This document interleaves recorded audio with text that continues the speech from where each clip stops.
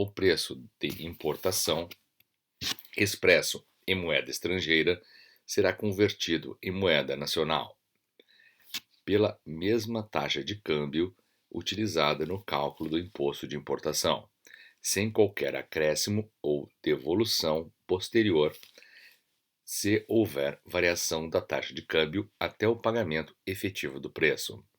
Parágrafo único. O valor fixado pela autoridade aduaneira para a base de cálculo do imposto de importação, nos termos da lei aplicável, substituirá o preço declarado. Artigo 15. Na falta do valor a que se referem os incisos 1 e 8 do artigo 13, a base de cálculo do imposto é: inciso 1. O preço corrente da mercadoria, ou de seu similar, no mercado atacadista do local da operação, ou, na sua falta, no mercado atacadista regional, caso o remetente seja produtor, extrator ou gerador, inclusive de energia.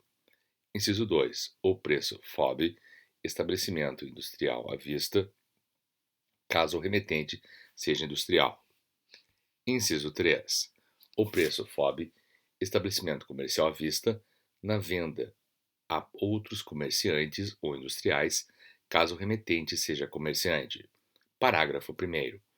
Para aplicação dos incisos 2 e 3 do caput, adotar-se-á sucessivamente: inciso 1. O preço efetivamente cobrado pelo estabelecimento remetente na operação mais recente.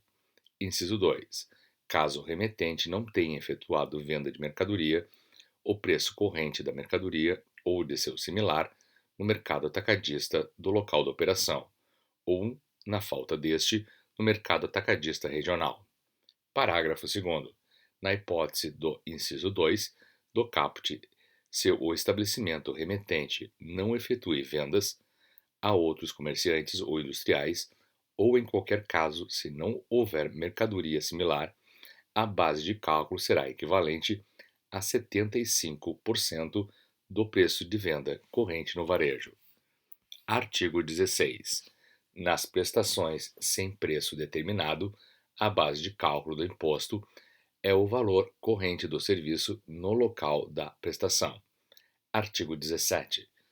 Quando o valor do frete cobrado por estabelecimento pertencente ao mesmo titular da mercadoria ou por outro estabelecimento de empresa que com aquele mantenha relação de interdependência exceder os níveis normais de preços em vigor no mercado local para serviço semelhante, constantes de tabelas elaboradas pelos órgãos competentes, o valor excedente será havido como parte do preço da mercadoria. Parágrafo único. Considerar-se-ão interdependentes duas empresas quando: inciso 1. Uma delas por si, seus sócios ou acionistas e respectivos cônjuges ou filhos menores, for titular de mais de 50% do capital da outra. Inciso 2.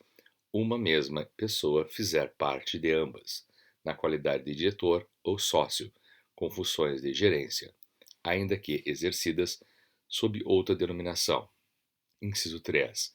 Uma delas locar ou transferir a outra a qualquer título, veículo destinado ao transporte de mercadorias. Artigo 18. Quando o cálculo do tributo tenha por base, ou tome em consideração, o valor ou o preço de mercadorias, bens, serviços ou direitos, a autoridade lançadora, mediante processo regular, arbitrar aquele valor ou preço, sempre que sejam omissos ou não mereçam fé as declarações ou os esclarecimentos prestados, ou os documentos expedidos pelo sujeito passivo, ou pelo terceiro legalmente obrigado, ressalvada, em caso de contestação, avaliação contraditória, administrativa ou judicial. Artigo 19.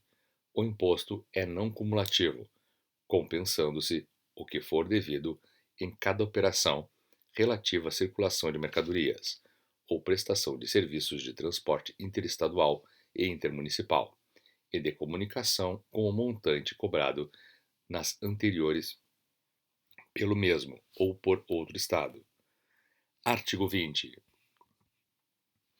Para a compensação a que se refere o artigo anterior, é assegurado ao sujeito passivo o direito de creditar-se do imposto anteriormente cobrado em operações de que tenha resultado a entrada de mercadoria real ou simbólica no estabelecimento, inclusive a destinada ao seu uso ou consumo, ou ao ativo permanente, ou o recebimento de serviços de transporte interestadual e intermunicipal, ou de comunicação.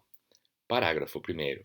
Não dão direito ao crédito às entradas de mercadorias ou utilização de serviços resultantes de operações ou prestações isentas ou não tributadas, ou que se refiram a mercadorias ou serviços alheios à atividade do estabelecimento. Parágrafo 2º. Salvo prova em contrário, presumem-se alheios à atividade do estabelecimento os veículos de transporte pessoal. Parágrafo 3º. É vedado o crédito relativo à mercadoria entrada no estabelecimento ou à prestação de serviços a ele feita. Inciso 1º. Para integração ou consumo em processo de industrialização ou produção rural, quando a saída do produto resultante não for tributada ou estiver isenta do imposto, exceto se tratar-se de saída para o exterior. Inciso 2. Para comercialização ou prestação de serviço, quando a saída ou a prestação subsequente não forem tributadas ou estiverem isentas do imposto, exceto as destinadas ao exterior. Parágrafo 4º. Deliberação dos Estados, na forma do artigo 28, poderá dispor que não se aplique, no todo ou em parte, a vedação prevista no parágrafo anterior. Parágrafo 5º. Para efeito do disposto no caput deste artigo, relativamente aos créditos decorrentes de entrada de mercadorias no estabelecimento destinadas ao ativo permanente, deverá ser observado. Inciso 1. A apropriação será feita à razão de 1,48 avos por mês, devendo a primeira fração ser apropriada no mês em que ocorrer a entrada no estabelecimento. Inciso 2.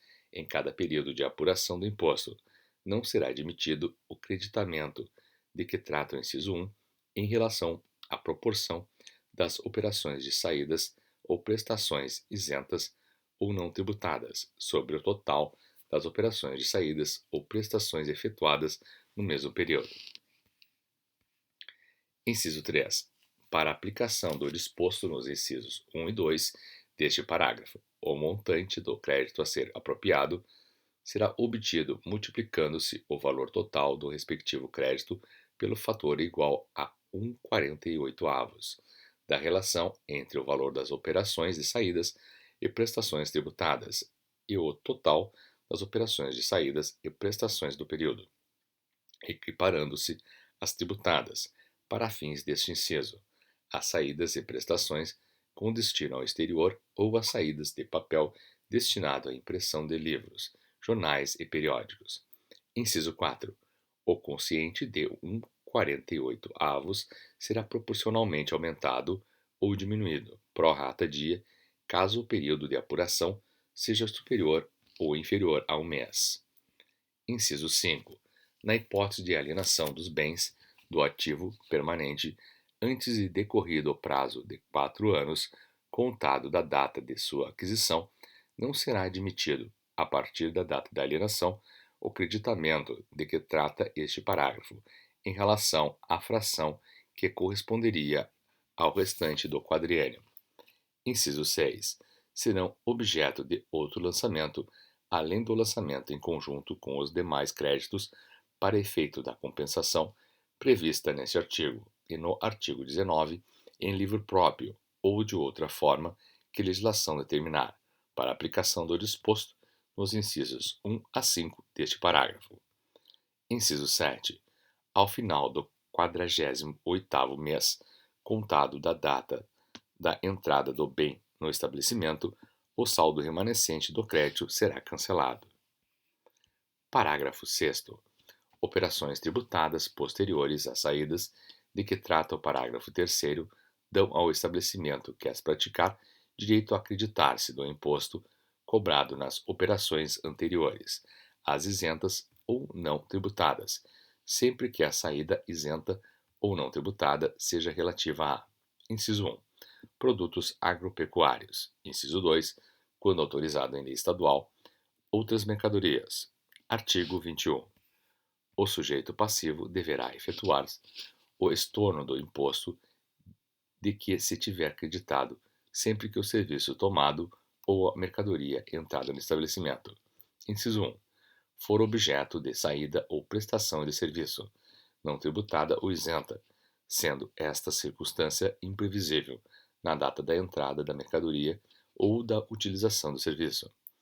Inciso 2. For integrada ou consumida em processo de industrialização, quando a saída do produto resultante não for tributada ou estiver isenta do imposto. Inciso 3.